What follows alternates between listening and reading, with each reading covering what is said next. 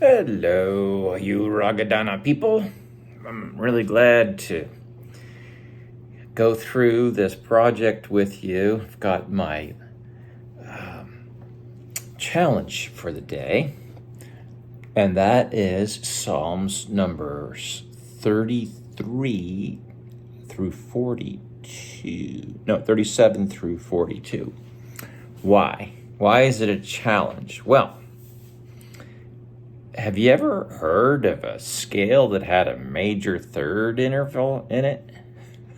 Because every one of the Indian modes that we'll be setting the Psalms to,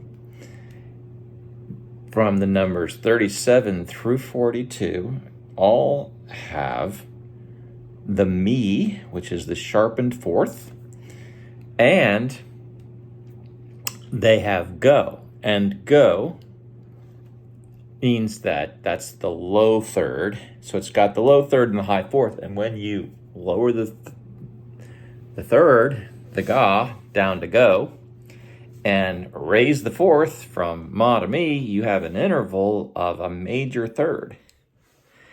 And so how does that sound, and how will that limit your writing? Well, so today we're going to look at one of the maskils of the Psalms. You might have suspected that a maskil had a specific sort of musical setting or tonality. And best I can figure from the idea of what a maskil is, Psalm 42, I'm going to give as an example, is that it's a teaching. It's a didactic psalm. It's not necessarily to do with its feel, its tonality, so much as its purpose. A maskil of the sons of Korah, it's called. So what I'm going to teach about is the fact that it contains this major third in the scale. So we're going sa, ro, go, sa, pa, mi, pa, so, sa, ro, go, mi, pa.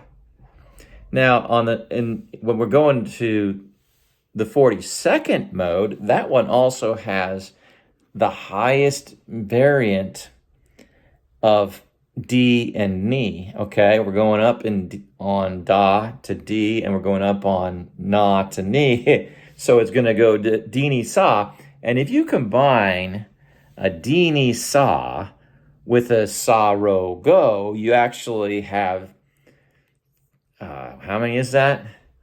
D, Ni, Sa, Ro, Go. That's 5 half steps in a row.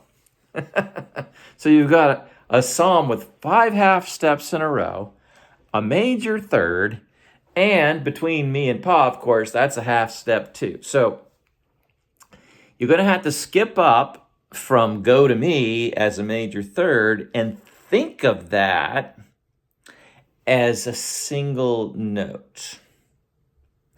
Now, in case you don't know what I'm talking about, we're going to review. I'm going to kind of go through my thought process with you on how to compose a psalm and how to set it to the Ragadana system. So in this case, it's Psalm 42. Now, you may remember Psalm 42. Do you know the song that goes, as the deer panteth for the water, so my soul longeth after you. You alone are my heart's desire, and I long to worship you. You remember that? Well, I sure do. And it's a beautiful psalm. Got a nice little deer panting for the water. And I'm sure that the maskil part of this would be, if you're going to teach with the psalm, that there's going to be some lessons in there. Well, this psalm, I think it has 11 verses in it. We're not going to go through the whole. We're just going to work on the first verse right now. We'll get into the teaching part of the content once this song is entirely composed. So I am here. I haven't worked out Psalm 42 yet. But I think I might have some ideas. And the question is, I just want to talk about the mode and the notes in this weird mode 42. So I think it's a great little place to do some teaching. The mode itself and the music is so mysterious. How could you have a scale with 5 half steps in a row and a major third in it, and then another 2 notes that are half steps? It's going to sound so foreign to the Western ear, isn't it? Not necessarily. Not necessarily. So if I was going to, let's look at the words for a second here, because it's not as the deer panteth for the water. It's actually as the deer pants for the water brooks. And so my soul pants for you, O God. Now, when I'm composing, first thing I want to do is I want to check the Hebrew and the Greek in any reference to God. And the reason for that is, as half the meditation is in the composition. It's really not in the performance of singing. It will be, because if you've thought it through as you've been doing the writing and then you start to singing it, you're going to remember the things that you studied before you actually memorized the psalm and had it rendered the way that you really wanted it to be, because God sort of reveals the notes to you over time. It takes a while to compose it in such a way that the meaning is enhanced by the notes, right? So in this case, the challenge is to take this scale. It's got 5 half steps in it, a major third, and that's the scale. So how would that work? Sa, ro, go. Where's pa from there? How do you gonna go from the go? Mi, pa, right? Go, mi, pa, mi, go, ro, sa. Sa is the main tonality. And when you're doing these psalms, then you probably know that when you go so, pa, and finding your so, or your sa, and your pa, and your mi is always going to be the first part of, that's your tonality center. So, pa, mi, pa, sa, pa, mi, pa, sa. Now, for every single mode, from all the way from 37 up to 72, is going to be the mi, pa. That doesn't change. And from 1 to 36 was ma, pa. But now we're doing all mi, pa. And so that'll get easy after you've been doing it for a while. You get used to the mi, pa, sa, and the ma, pa, sa. Now, if you follow the clock, you know that the ma side of it is all night. Those are all night modes. And the mi part of it is all day modes, from dawn to dusk. So from dusk to dawn is all ma modes, ma, pa. So really, if like Psalm 22, that actually should be done around midnight, if you're following the schedule that the Indians have when you do it. So how would we compose something like as the deer pants for the water brooks, so my soul pants for you, O God? Well, first off, am I going to say, O God? Well, I can. You're the musician and you have the choice as to what you're going to say. You want it to be something that people can understand. Is it going to be important for people to know the Hebrew? Would you like to know the Hebrew and teach it? Well, in this case, it's a maskil. So why not take an opportunity to teach? So I'll show you what I do. There's a tool online, crosswire.org. If you look at my poor laptop, see that? That's because the monitor is broken. Just so say, cry for me, okay? Buy me a new laptop. All right, so this is crosswire.org. Let's just see if you can see that. Crosswire.org/study/parallel study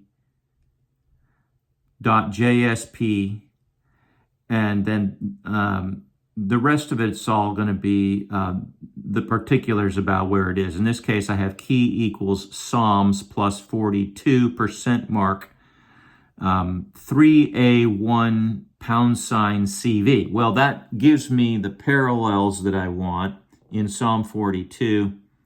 So this gives me King James on the left column. It gives me the Hebrew here in the second column, and then it gives me, I've got the New American Standard Bible is my favorite, most accurate translation. That's why I use it. It's more of a literal translation, which I want. I want to know what the words were. Usually it's going to follow after the Hebrew, but it'll also consider the Septuagint. So I have a Septuagint translation here as well, all parallel, and that's real useful to me. Okay, so I don't know if you could see all that because I had to turn the phone around and I don't know what it's pointing to if I can't see the monitor on the phone. All right, so, but my point here is that I'm going to look for the word God. I really want to know what reference to the name of God it has. So my soul pants for you, O God, is on there. Now, in the Greek, it's just going to say, hotheos. It said, so you know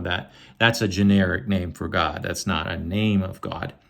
And I see here that in the Hebrew, they're going to dedicate the description on the top to the first verse. So the way that they number the Hebrew Bible is a little different than the way they number the other Bibles that came out to English. So verse 2 is actually verse 1. And the word there is going to be actually Elohim. So it's going to be now Elohim is the generic name for God. It's not the tetragram. Okay.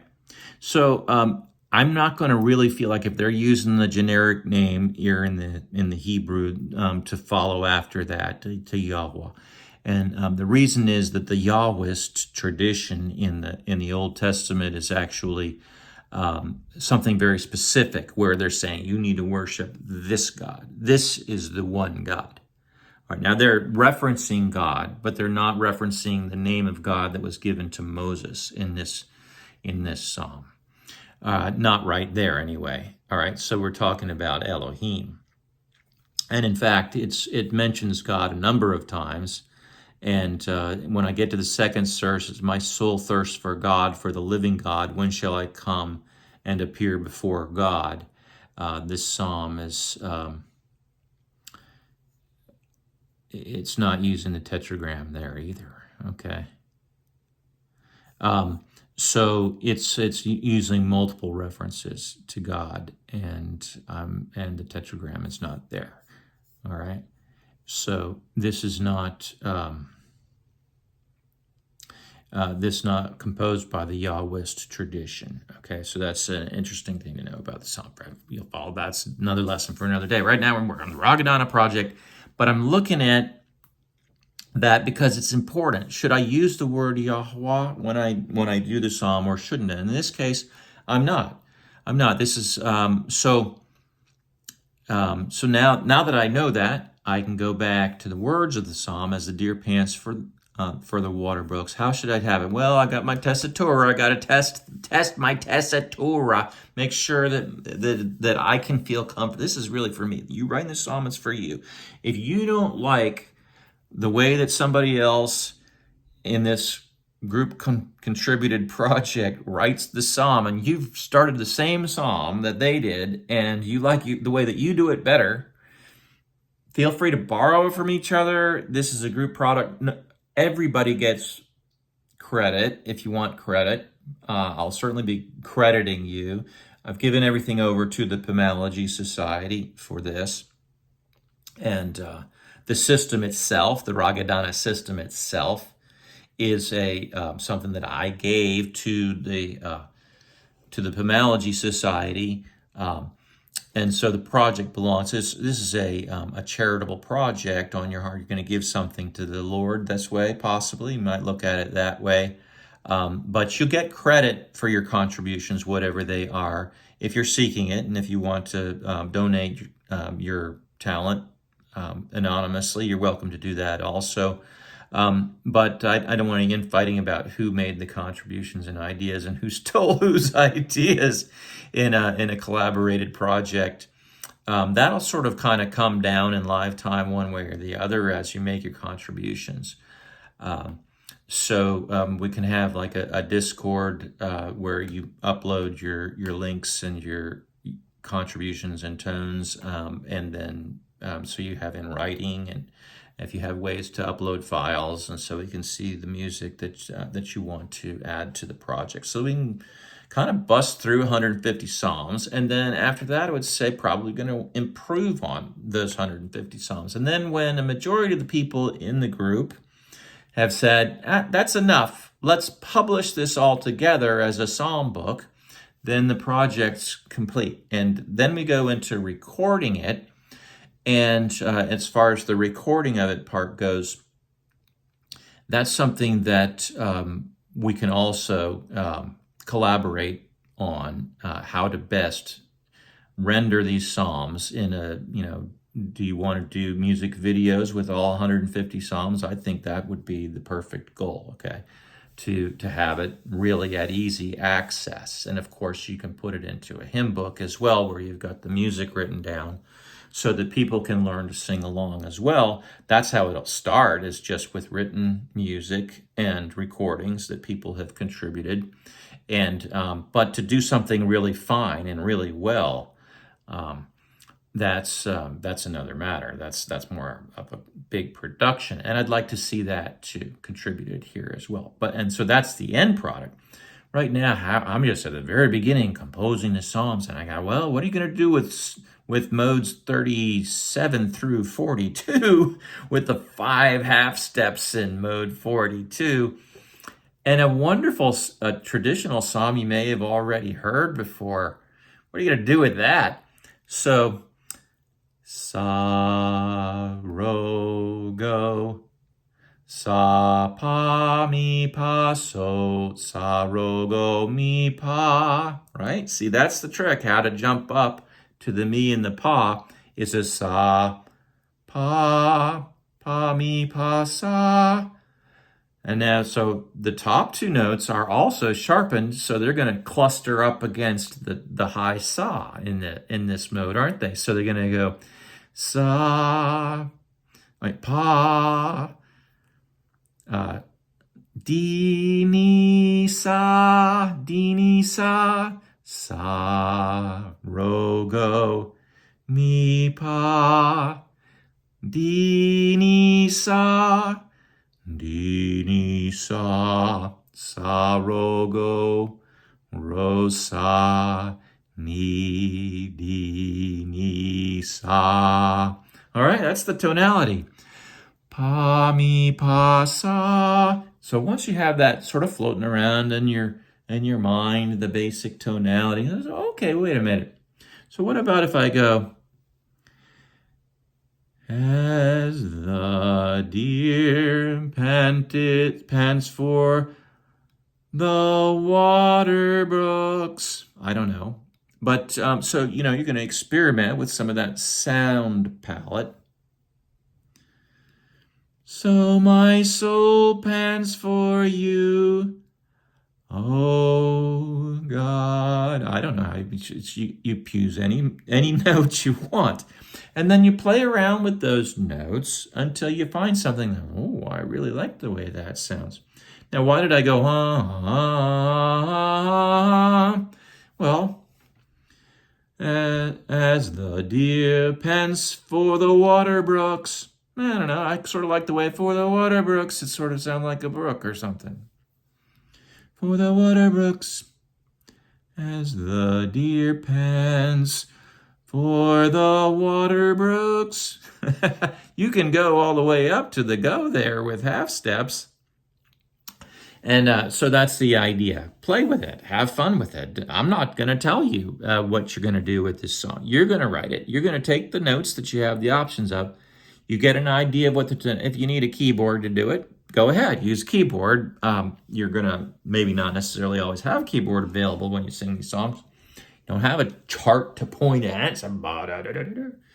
So this is just you, and give it a shot, because the notes are an exercise for you to improve your musical skills and ability to do art, the art of music, the craft of music, if you want to call it that. But I think here, you might have some high art before long if you stick with it. So that's all I want to say, is that anyone who wants to do Psalms 37, 38, 39, 40, and 41, 42, 42. Oh, wow, that's pretty cool, really, honestly. 5 half steps in a row in a major third and a scale. How do you do that? Wow. Well, does your soul thirst for God? Let's think about what exactly is the Psalm saying. How is it going to enhance the words when you add your musical tonality to it? The Psalms, I'm assuming, were all written set to music. That's what makes them Psalms. But we've lost that music, and we have to find that. Well, I seriously doubt that it was set to Indian modes. The Indian modes did exist back at that time, maybe not quite so systematically. You might have had the 10 major ragas floating around back then, more than likely, but a musical system, I think, took a while for the Indians to develop. But it's what we have today, and certainly could add some spice and flavor to it. And I'm not one to hold that ancient is necessarily better.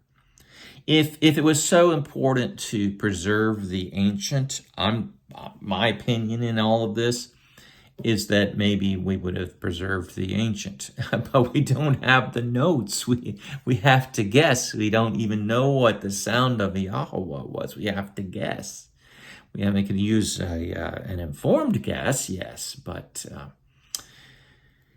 all right. So just some open thoughts about this for those who are participating in the Ragadana project. Maybe you can see now what the challenge is. And I think you can do it. I think there's a lot of talented musicians out there that might love doing this project. Invite a friend that you think might be capable of contributing, because the more people we have contributing, the better we're going to do. Thanks a lot.